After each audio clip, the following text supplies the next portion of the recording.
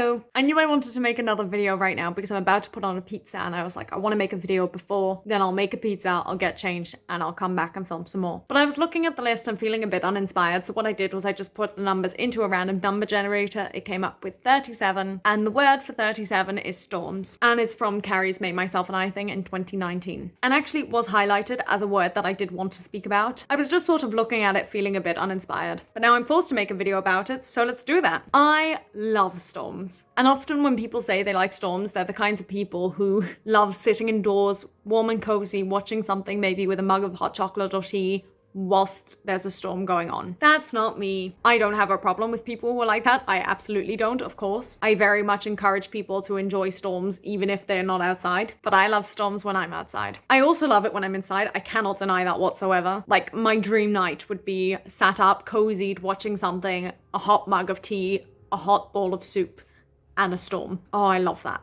And a candle lit. Oh, but equally, if not more so, I love standing outside as it pours down on you.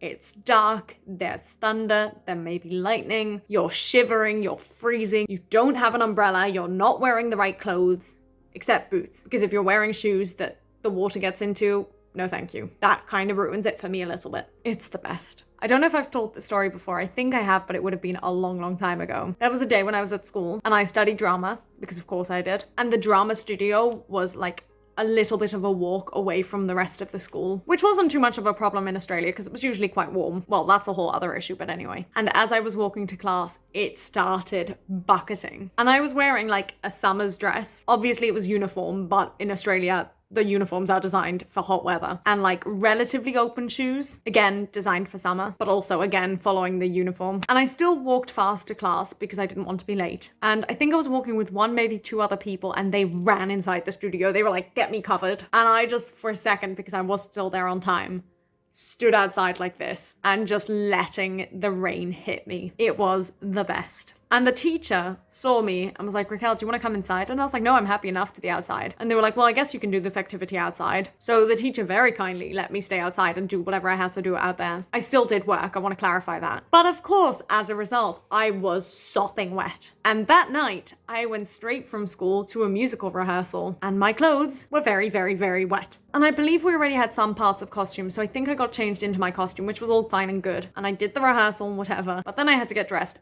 back into my uniform. And that was probably the worst part of the day because it was literally like it had just been soaked in a bath. It was so wet still, and my socks